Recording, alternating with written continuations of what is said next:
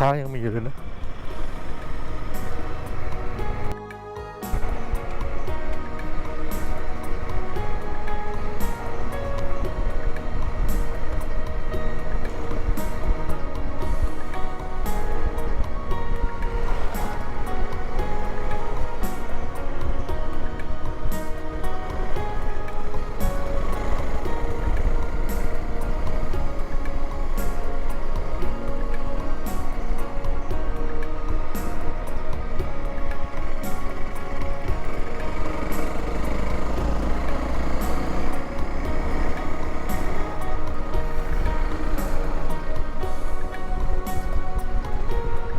น้ำค้างยังเยอะอยู่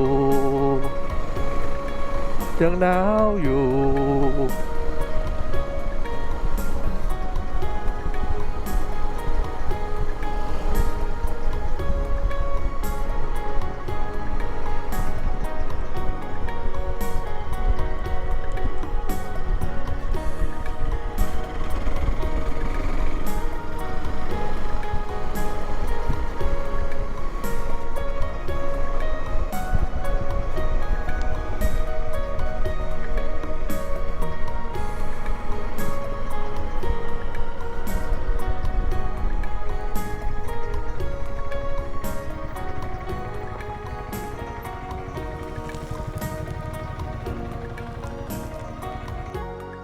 แท็กซี่ลาว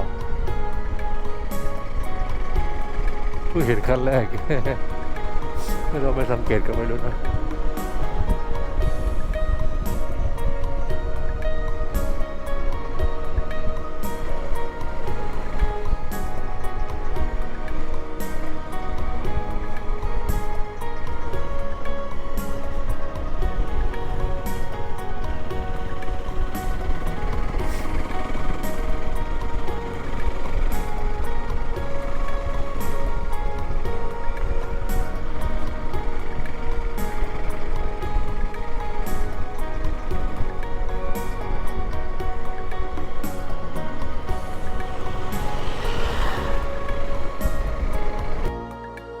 น้ำป่นสะพานเหล็กนั่นเลยนะ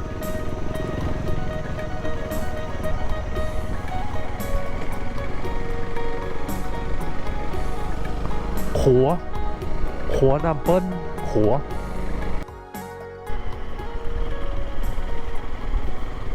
บ้านโบราณนะขัวน้ำเปิ้ล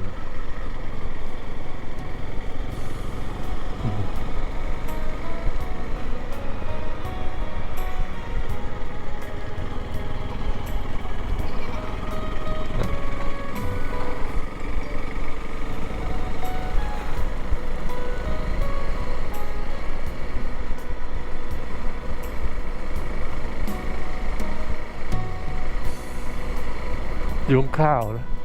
ยุ้งข้าวเขาจะเอาไว้นอกบ้านรวมยุ้งข้าวไว้ตรงนี้เอาไว้ใกล้บ้าน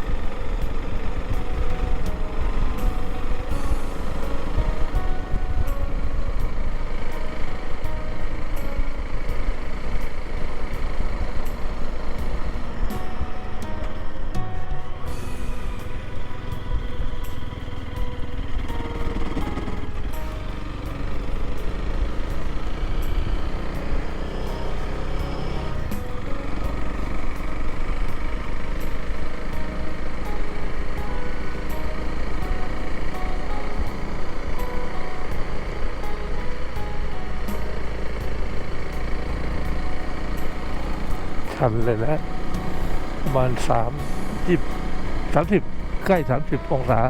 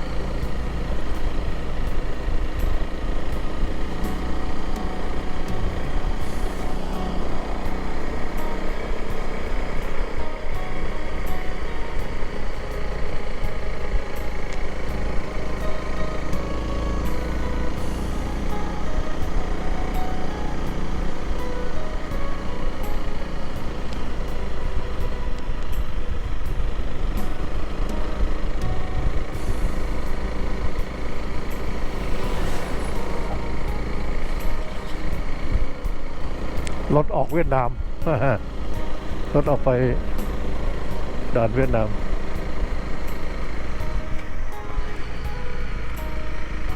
ตอนนี้มีดินมีทรายต้องลดเกียร์อีก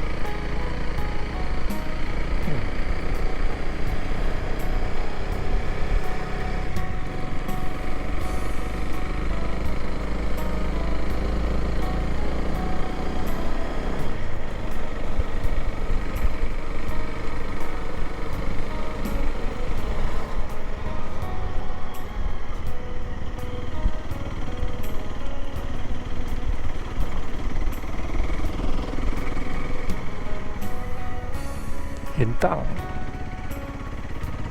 อ่านได้แต่ว่าเห็นตั้งอยู่ข้างหลังตรงนั้นอ่านไม่ทันตึ้งตึ้งตึ้งตึ้งตึ้งตึ้งขวามือเหว ขวามือคือเหวซ้ายคือผาขวาคือเหวเชียงใหม่นี่เล็กๆจิ๊บๆไปเลยฮะ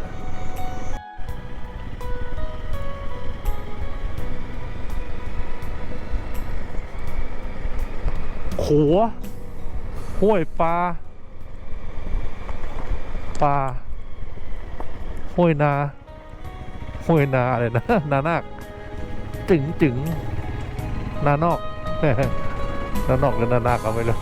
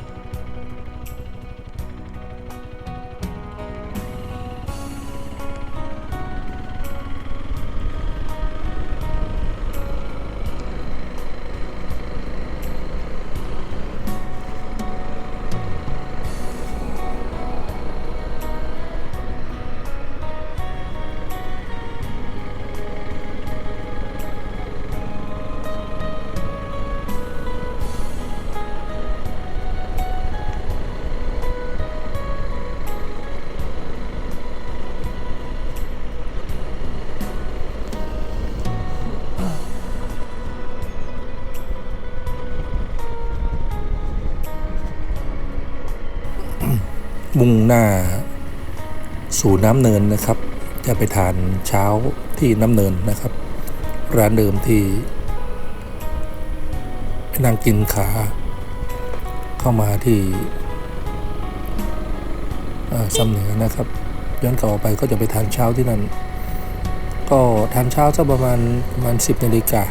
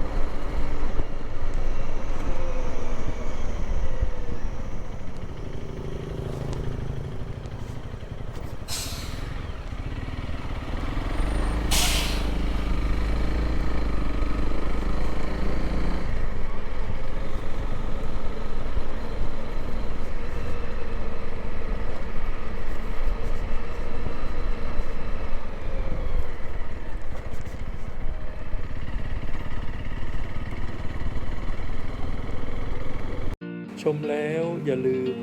กดไลค์หรือกดยกนิ้วโป้งกดแชร์เพื่อแบ่งปันให้เพื่อนๆของท่านนะครับ และกด Subscribe หรือติดตาม พร้อมกับกดสั่นกระดิ่งเพื่อแจ้งให้ท่านทราบเมื่อวินดี้มีคลิปใหม่ ขอบคุณมากครับ